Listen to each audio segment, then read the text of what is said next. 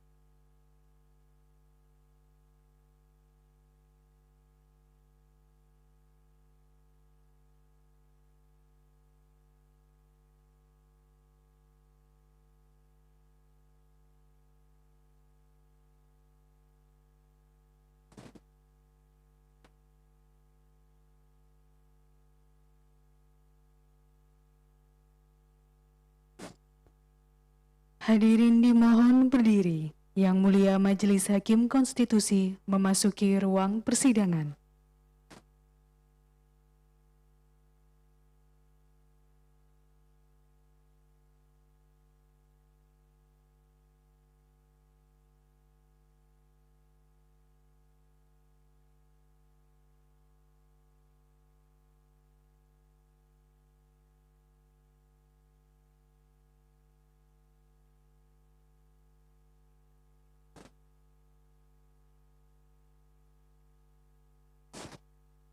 Hadirin disilakan duduk kembali.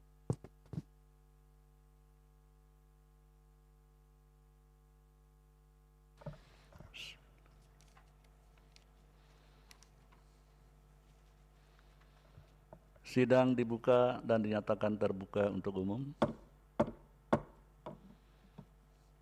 Assalamualaikum warahmatullahi wabarakatuh.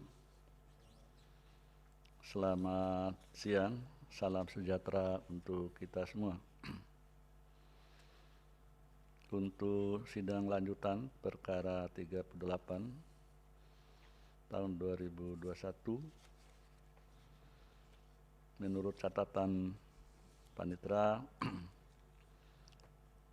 semuanya hadir kecuali DPR, jadi pemohon, pemerintah,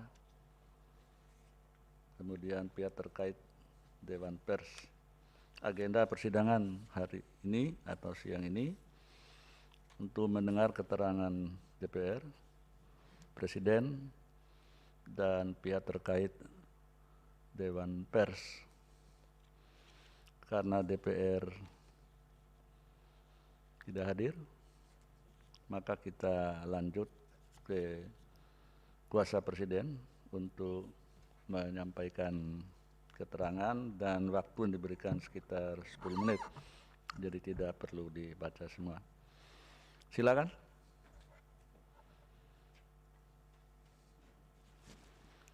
Silakan kuasa Presiden.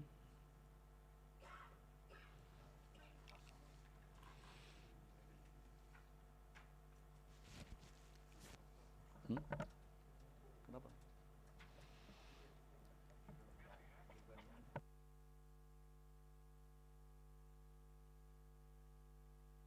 Indonesia. Ya, silakan. Ulang ya. Keterangan Presiden atas permohonan pengujian Undang-Undang Nomor 40 Tahun 1999 tentang Pers terhadap Undang-Undang Dasar Negara Republik Indonesia tahun 1945. Kepada Yang Mulia Ketua dan Majelis Hakim Konstitusi Republik Indonesia di Jakarta. Dengan hormat yang bertanda tangan di bawah ini, 1. Nama Yasona H. Lauli, Menteri Hukum dan Hak Asasi Manusia. 2. Nama Johnny Gerard Plate, Menteri Komunikasi dan Informatika. Dalam hal ini, perkenankanlah kami, baik bersama-sama maupun sendiri-sendiri, bertindak untuk dan atas nama Presiden Republik Indonesia untuk selanjutnya disebut pemerintah, menyampaikan keterangan Presiden baik lisan maupun tertulis yang merupakan satu kesatuan yang utuh dan tidak terpisahkan atas permohonan pengujian atau konstitusional review ketentuan pasal 15 ayat 2 huruf F dan pasal 15 ayat 5 Undang-Undang Nomor 40 Tahun 1999 tentang Pers, selanjutnya disebut Undang-Undang Pers, terhadap pasal 28, pasal 28C ayat 2, pasal 28D ayat 1, dan pasal 281 ayat 2 Undang-Undang Dasar Negara Republik Indonesia tahun 1945, selanjutnya disebut UUD NRI 1945. Yang dimohonkan oleh Heince Johnson Mandagi. Pak, langsung aja ke halaman 9. Tanggapan pemerintah. Baik. Halaman 9. Ya, silakan. Baik, Yang Mulia.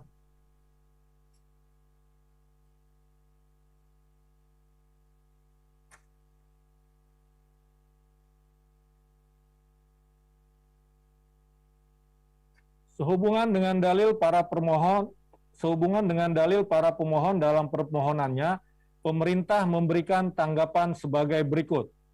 1.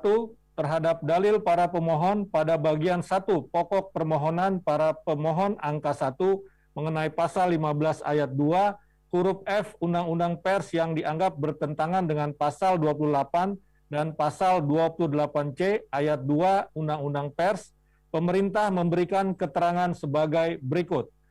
A. Bahwa ketentuan pasal 15 ayat 2 huruf F Undang-Undang Pers bukanlah ketentuan yang sumir untuk ditafsirkan.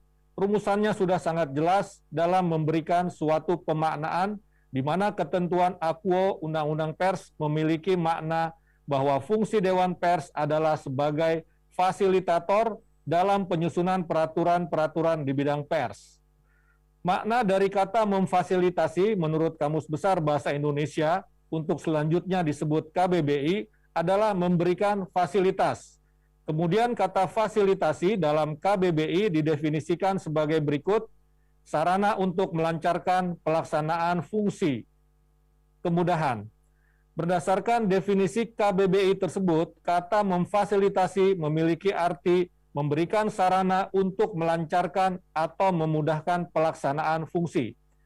Peran Dewan Pers dalam memfasilitasi penyusunan peraturan di bidang pers adalah dengan memberikan suatu kemudahan bagi seluruh organisasi pers dalam berbagi masukan dan menyalurkan aspirasi.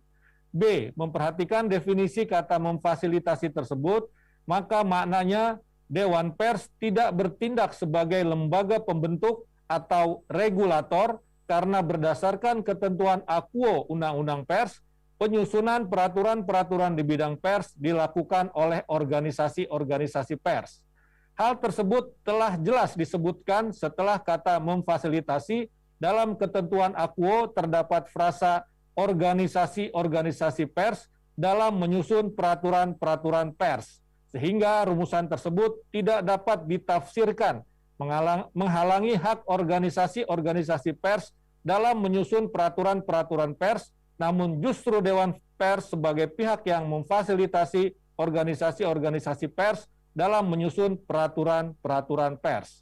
Oleh karena itu, ketentuan akuo sama sekali tidak menghambat hak organisasi pers, yang dalam hal ini organisasi pers juga terdiri dari individu-individu atau perorangan di dalamnya untuk mengeluarkan pikiran secara lisan dan tulisan, sehingga tidak bertentangan dengan pasal 28 Undang-Undang Dasar Negara Republik Indonesia 1945, dan tidak menghambat hak individu untuk memajukan diri secara kolektif untuk membangun masyarakat, bangsa, dan negaranya, sehingga tidak bertentangan dengan pasal 28C ayat 2 Undang-Undang Dasar Negara Republik Indonesia tahun 1945.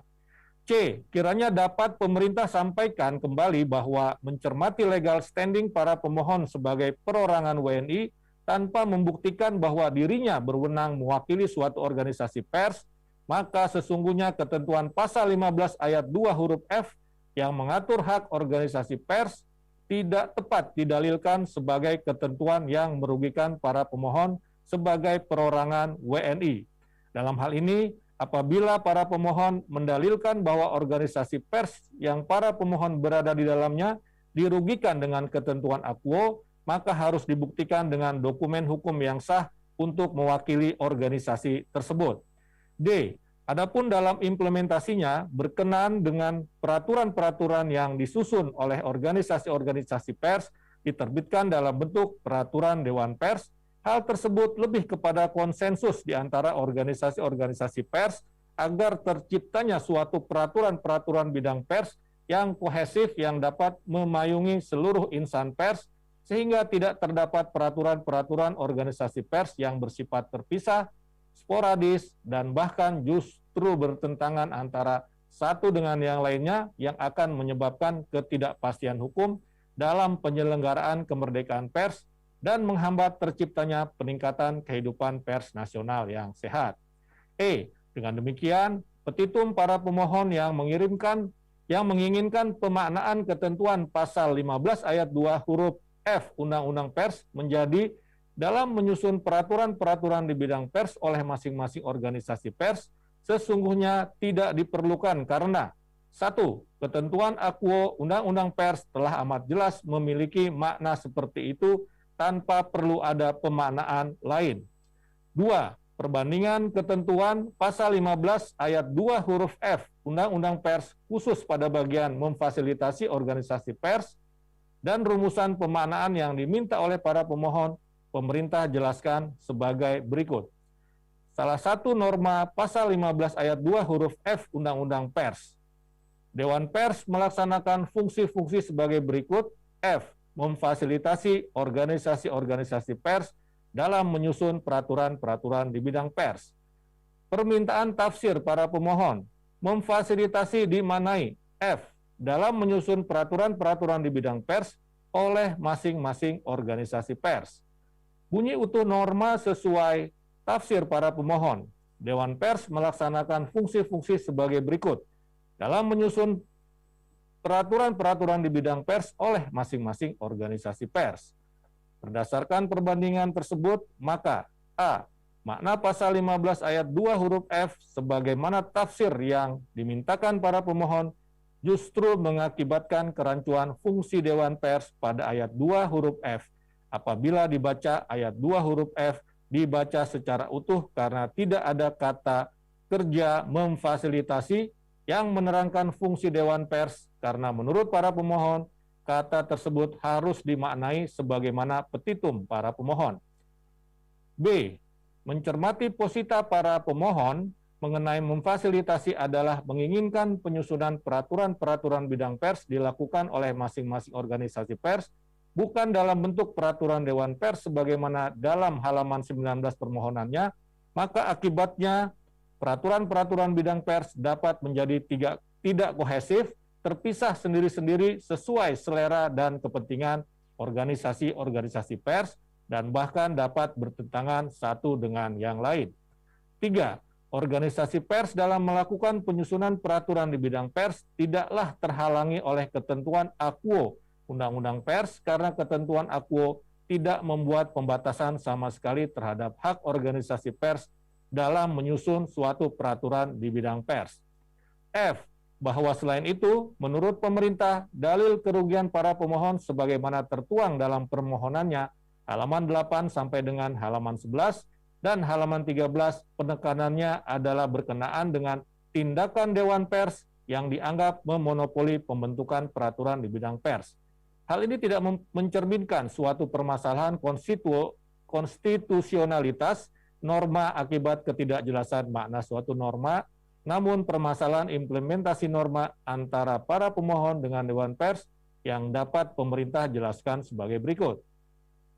A. Apabila memperhatikan waktu berlakunya Undang-Undang Pers pada tanggal 23 September 1999 sampai dengan tahun 2021 yang berarti sudah 22 tahun, para pemohon tidak pernah mempermasalahkan ketentuan Akuo. Namun begitu ada implementasi dari ketentuan Akuo yang tidak menguntungkan para pemohon, barulah para pemohon mengajukan permohonan judicial review. B. Berkenaan dengan permasalahan implementasi ketentuan pasal 15 Undang-Undang Pers antara para pemohon dengan Dewan Pers, pemerintah telah melakukan penelusuran di situs Dewan Pers yaitu https://dewanpers.or.id, aset dokumen siaran pers, Dewan Pers terhadap hasil putusan Pengadilan Tinggi DKI Jakarta terkait gugatan kepada Dewan Pers, PDF, dan menemukanali bahwa telah terdapat perselisihan perdata yang telah diputus berkekuatan hukum tetap, yaitu perkara nomor 235-2018-PN-Jakarta JKT.PST Jungto Putusan 331-PDT-2019-PT.DKI antara Serikat Pers Republik Indonesia yang diwakili oleh Ketua Umum dan Persatuan Pewarta Warga Indonesia, yaitu Hence Gronson Mandagi, inkasu pemohon 1 dalam perkara Akuo, dan Wilson Lalengke melawan Dewan Pers. Adapun Majelis Hakim tingkat pertama memutuskan bahwa gugatan tidak dapat diterima. Selanjutnya para penggugat in casu pemohon 1 dalam perkara akuo mengajukan banding dan pengadilan tingkat banding mengadili sendiri dan memutuskan bahwa menolak gugatan para penggugat untuk seluruhnya. Pertimbangan Majelis Hakim pada putusan 331-PDT-2019-PT-DKI tingkat banding perkara tersebut pada intinya perbuatan Dewan Pers menerbitkan kebijakan berkaitan dengan standar kompetensi wartawan tidak melawan hukum.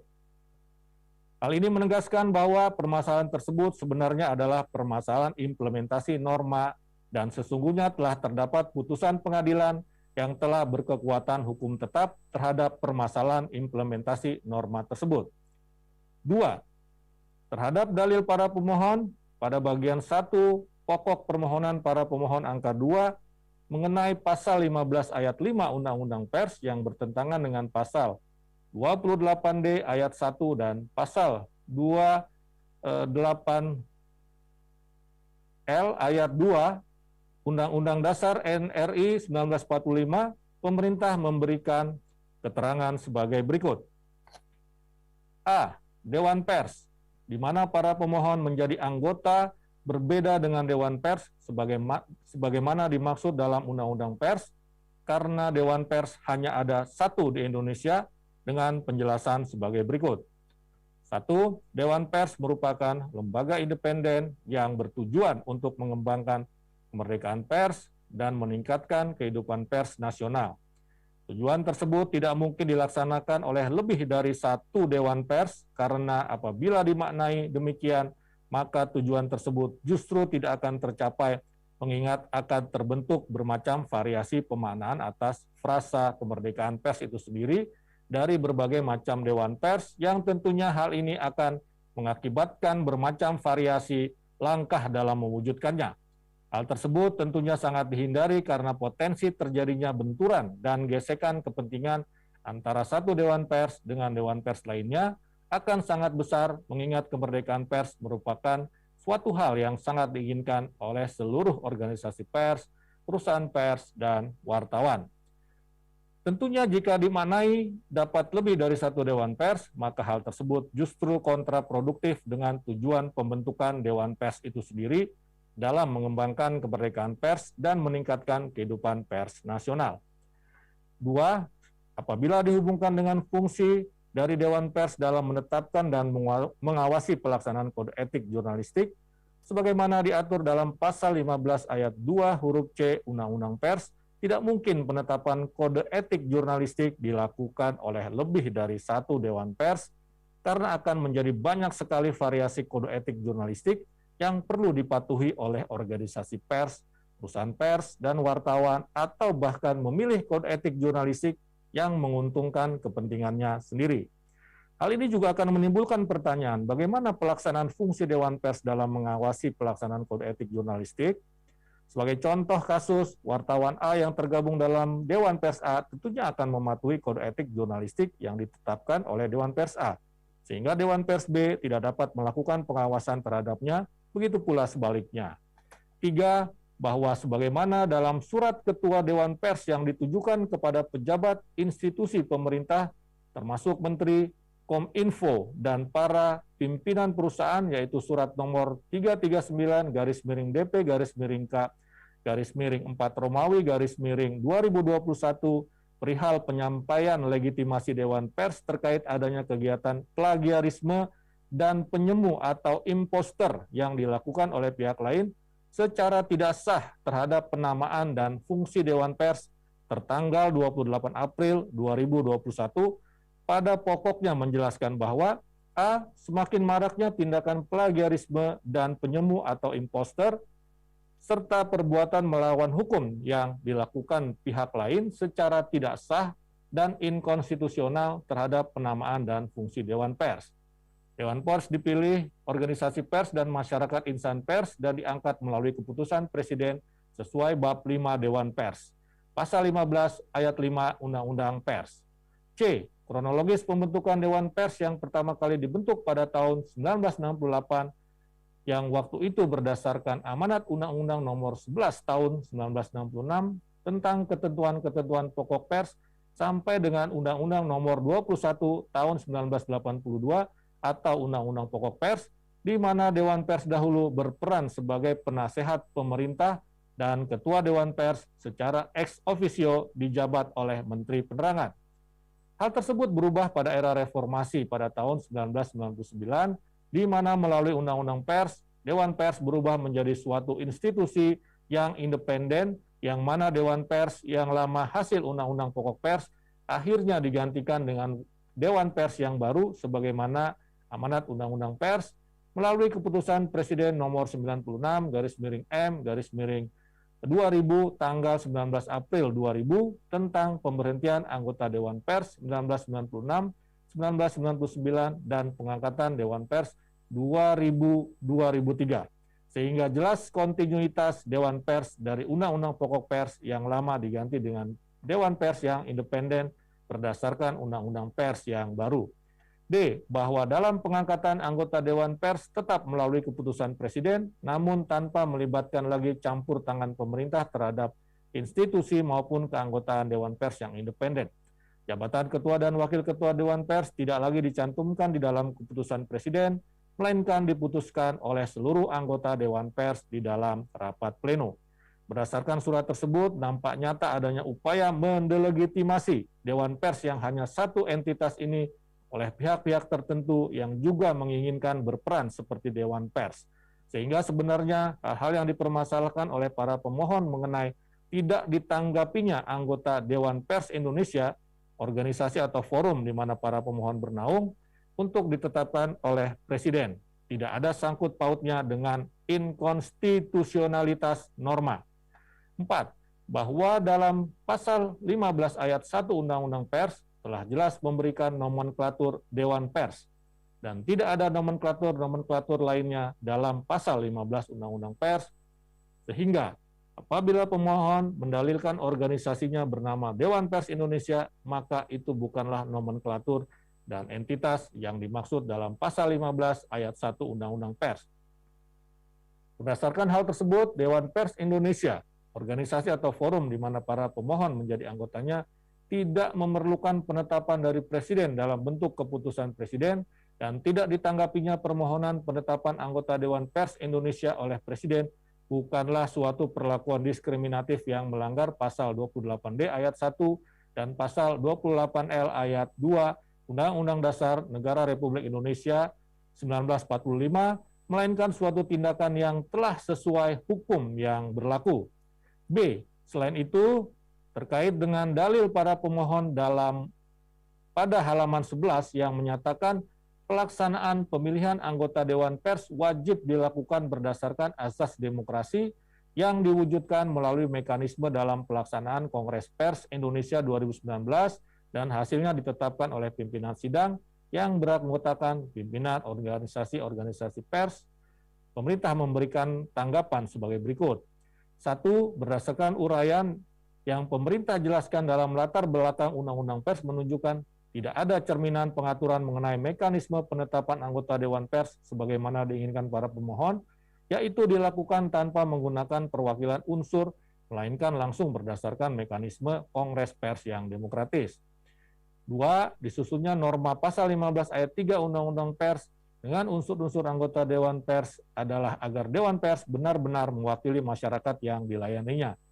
Oleh karena itu, Dewan Pers sedapat mungkin harus mencakup wakil-wakil perusahaan pers baik tingkat nasional maupun di tingkat daerah, wakil-wakil organisasi wartawan, dan para ahli dari berbagai bidang. 3.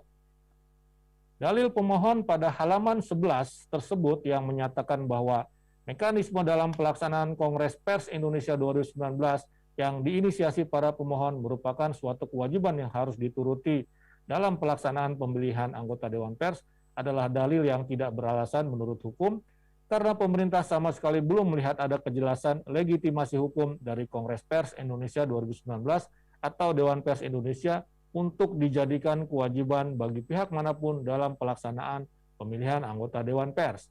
Adapun mengenai mekanisme pemilihan anggota Dewan Pers yang berdasarkan peraturan perundang-undangan telah diatur dalam pasal 15 ayat 3 Undang-Undang Pers. C. Bahwa memperhatikan rumusan norma pasal 15 ayat 5 yang merujuk pasal 15 ayat 3 Undang-Undang Pers, pelaksanaan pemilihan anggota Dewan Pers sesungguhnya normanya telah mencerminkan suatu tindakan yang demokratis pada masing-masing organisasi sesuai lingkup kewenangannya, yaitu anggota Dewan Pers yang mewakili unsur 1. Wartawan dipilih oleh organisasi wartawan, Vide pasal 15 ayat 3 huruf A Undang-Undang Pers. 2. Pimpinan perusahaan pers dipilih oleh organisasi perusahaan pers, Vide pasal 15 ayat 3 huruf B Undang-Undang Pers. Dan 3. Tokoh masyarakat, ahli di bidang pers dan atau komunikasi, dan bidang lainnya yang dipilih oleh organisasi wartawan dan organisasi perusahaan pers, Vide pasal 15 ayat 3 huruf C Undang-Undang Pers. Dalam hal ini, telah ada proses demokratis dalam pemilihan anggota Dewan Pers oleh insan pers, dan Presiden bukanlah orang yang menentukan terpilih atau tidaknya seseorang menjadi anggota Dewan Pers, karena anggota Dewan Pers telah dipilih oleh masing-masing organisasi yang menaungi setiap unsur dalam pasal 15 ayat 3 Undang-Undang Pers. D. Bahwa apabila ketentuan mengenai pemilihan anggota Dewan Pers dalam pasal 15 ayat 5 Undang-Undang Pers dimaknai sebagai keputusan Presiden bersifat administratif sesuai usulan atau permohonan dari organisasi-organisasi pers, perusahaan-perusahaan pers, dan wartawan yang terpilih melalui mekanisme kongres pers yang demokratis, seperti petitum para pemohon, hal tersebut tentunya menimbulkan multitafsir dan mengaburkan kejelasan makna bahwa mengubah suatu prosedur dalam pemilihan anggota Dewan Pers yang telah diatur dalam ketentuan pasal 15 ayat 3 Undang-Undang Pers.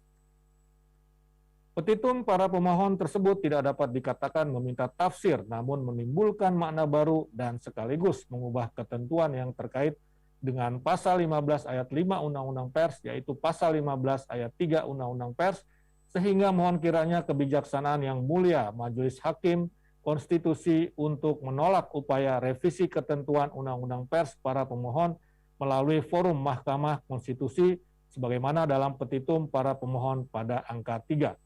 E. Dampak apabila petitum para pemohon dikabulkan. Adapun dampak petitum para pemohon tersebut apabila dikabulkan, maka menurut pemerintah, 1. Akan banyak muncul dewan-dewan pers sehingga tidak akan terdapat kejelasan standar mana yang akan diikuti oleh organisasi pers dan organisasi wartawan, serta akan nampak unsur subjektivitasnya.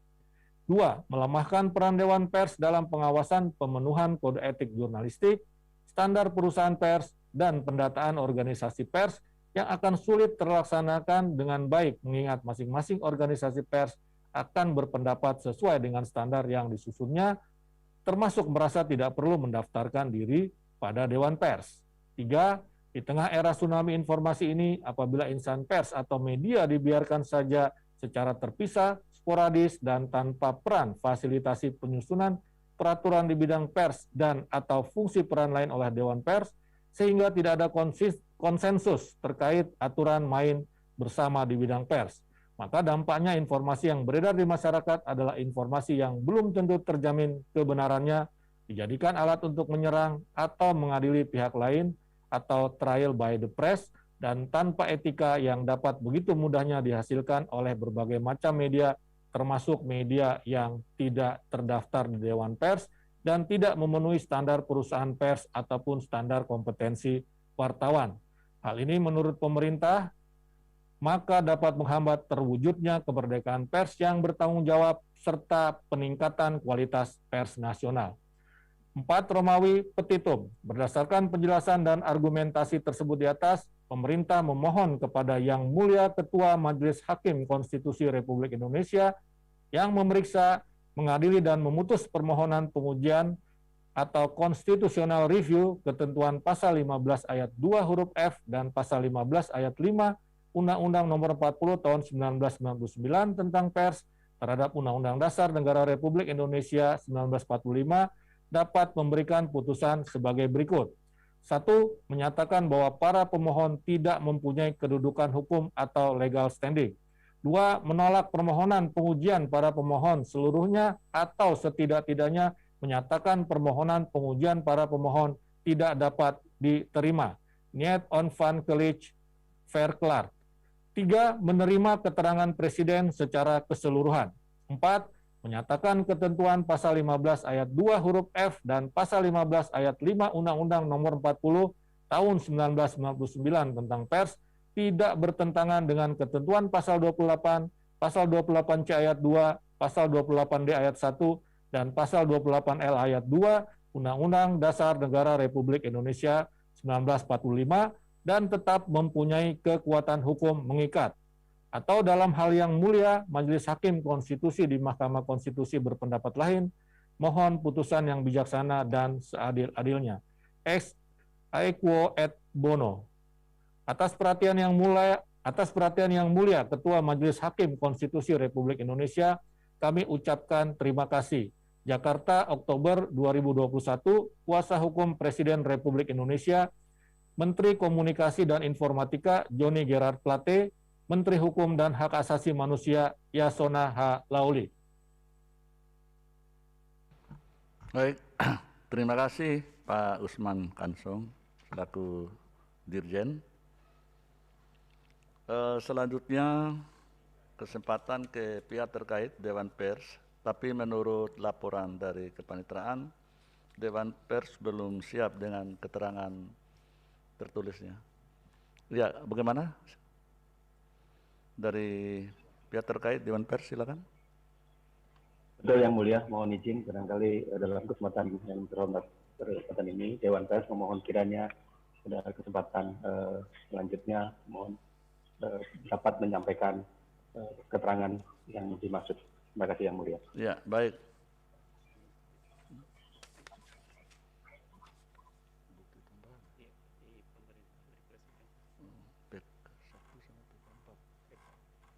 Ya,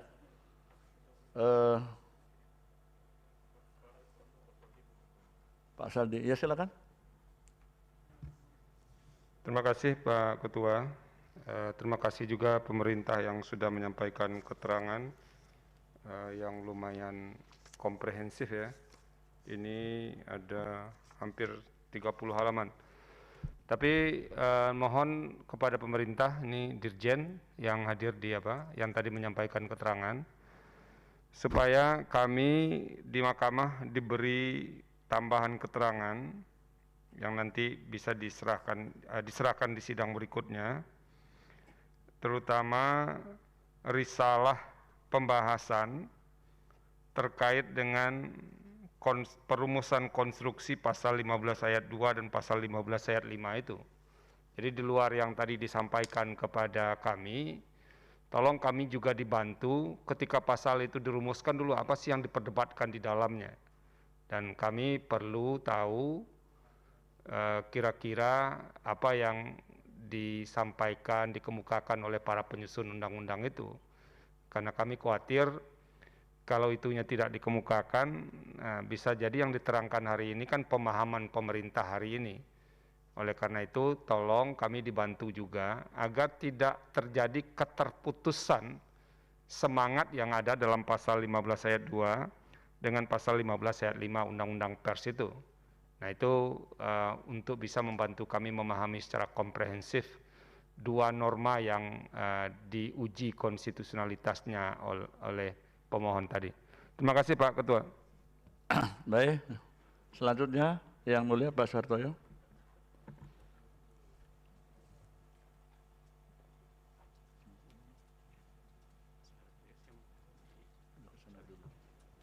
Terima kasih Pak Ketua.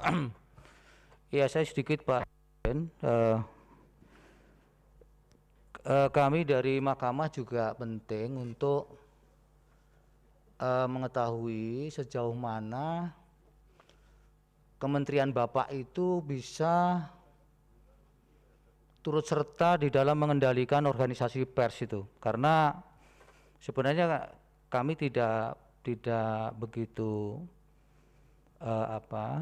perlu keterangan dari pemerintah soal legal standing yang disampaikan pemerintah, karena itu menjadi wilayah Mahkamah untuk mencermati dan menilai. Tapi memang sebagian keterangan dari Presiden itu selalu mempersoalkan legal standing, padahal yang diperlukan sesungguhnya adalah substansi daripada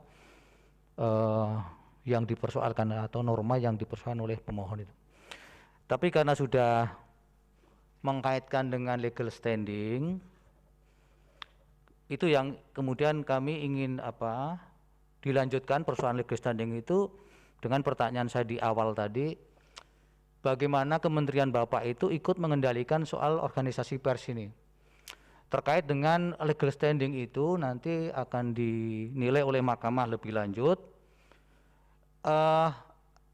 Bagaimana Kominfo itu bisa mendrive sehingga organisasi pers itu sebenarnya harus sebuah organisasi yang memang memenuhi peraturan perundang-undangan. Terlepas tadi kata Bapak, kata Pak Dirjen bahwa itu bagian dari konsensus Dewan Pers dengan organisasi yang bersangkutan.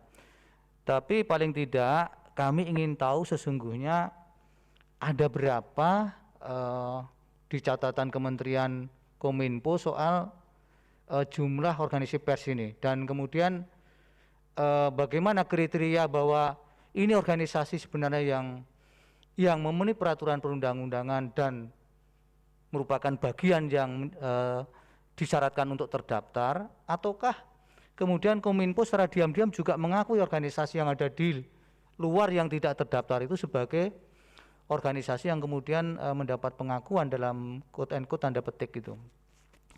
Itu penting kaitannya dengan legal standing yang Bapak persoalkan di keterangan Presiden itu. Jadi bisa ditambahkan organisasi apa saja yang kemudian yang terdaftar dan memenuhi persyaratan, kemudian bagaimana respon pemerintah dengan organisasi yang menurut saya, menurut kita ya, itu ada beberapa yang memang di luar itu. Apakah kemudian tetap diserahkan kepada Dewan Pers melalui konsensusnya itu, ataukah ada persyaratan yang secara yuridis tidak terpenuhi. Mohon nanti ditambahkan Pak Dirjen. Terima kasih Pak Ketua. Ya. Pak Ketua, mohon maaf. Ya. Mohon maaf Pak Dirjen, ternyata kami sudah menerima memori van toelichting ya, terkait dengan pembahasan rancangan undang-undang. Nanti akan kami baca perdebatan soal itu. Nanti kalau ada pertanyaan lain yang berkaitan dengan perdebatan itu akan kami ajukan di sidang berikutnya. Terima kasih Pak Ketua. Ya, baik. Masih ada yang mulia Prof. Arief, silakan. Baik, terima kasih yang mulia Ketua. Pada Pak Kasong yang mewakili pemerintah, terima kasih sekali Mahkamah telah memperoleh keterangan ini, dan saya menilai keterangan ini sudah cukup lengkap karena ini tumben ini dilampiri dengan daftar bukti pemerintah yang berupa memori van toelichting yang dikaitkan dengan apa yang diujikan.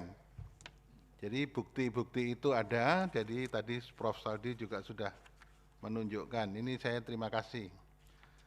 Kemudian yang akan saya sampaikan itu tidak kepada pemerintah, tetapi khusus pada pihak terkait, mumpung pihak terkait belum menyampaikan keterangannya. Dari sisi pemerintah sudah menjelaskan mengenai kaitannya dengan undang-undang itu, dan sudah dijelaskan memori van toelichtingnya juga sudah dilampirkan dalam bukti yang tebal dan lengkap, Mahkamah tinggal membaca. Tapi untuk pihak terkait, kami mohon untuk bisa nanti dijelaskan yang berkaitan dengan praktek Dewan Pers selama ini. Ya, tadinya kan Dewan Pers itu adalah lembaga yang tidak independen, kemudian dengan adanya undang-undang ini didesain Dewan Pers itu adalah lembaga independen.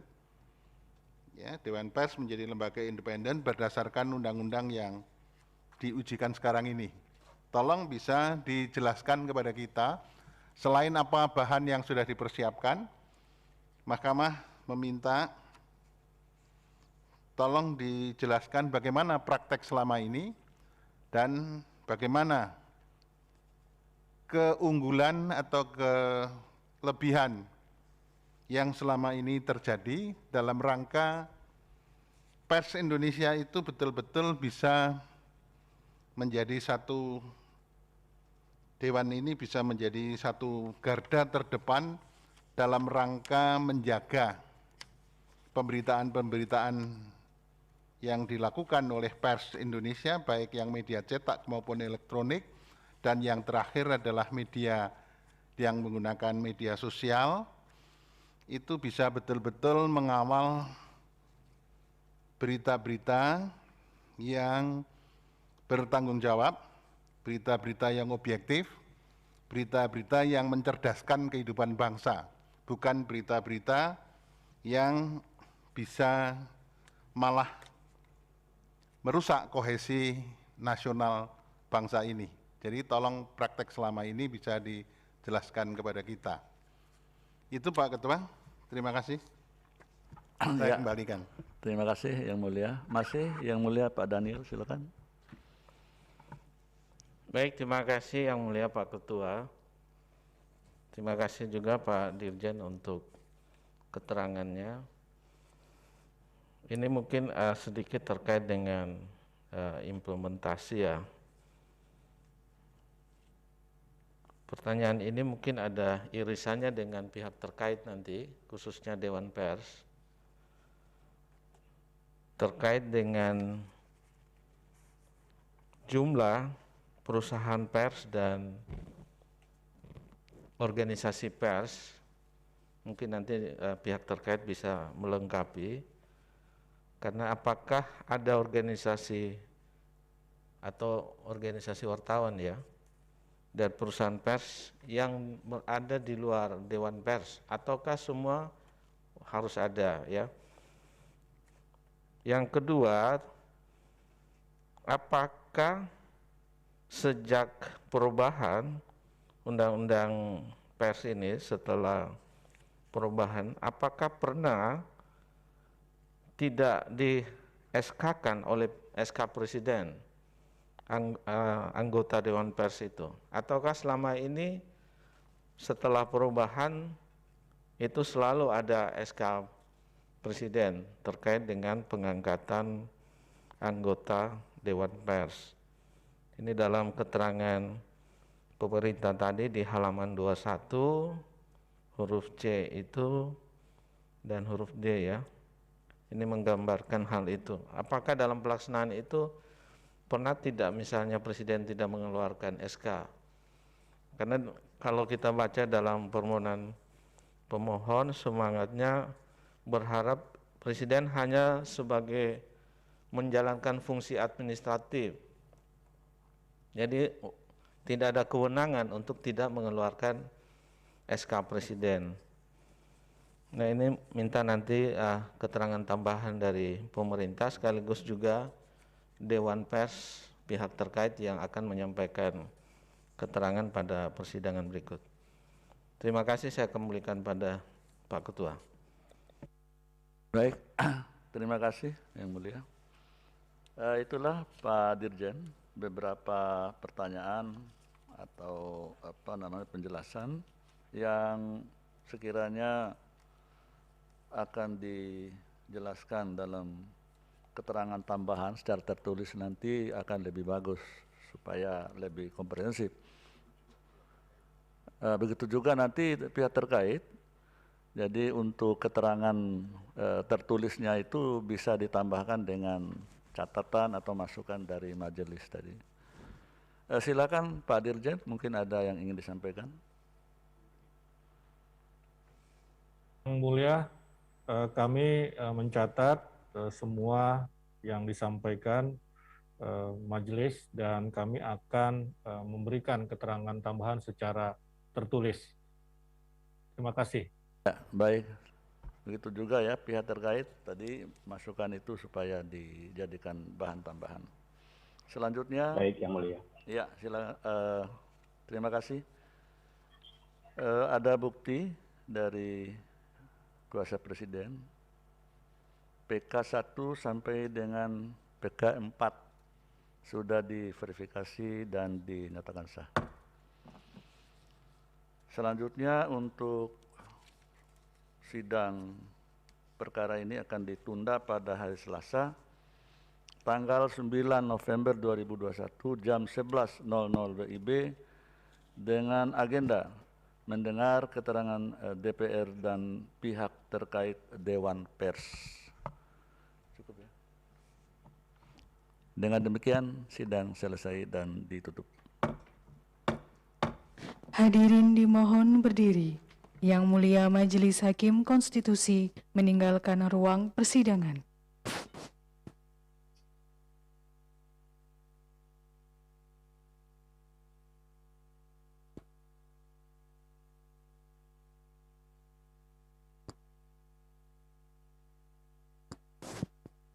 Hadirin disilakan duduk kembali. Hadirin yang kami hormati, demikianlah persidangan pada hari Senin 11 Oktober 2021 untuk perkara nomor 38/PUU /19 telah selesai. Sidang lanjutan akan dilaksanakan pada Selasa 9 November 2021 pukul 11 waktu Indonesia Barat. Sidang berikutnya akan dilaksanakan pada pukul 13.30 waktu Indonesia Barat untuk perkara nomor 52/PUU /19 Terima kasih, selamat siang. Terima kasih. Terima kasih. Terima kasih semuanya. Ya, terima kasih juga semuanya.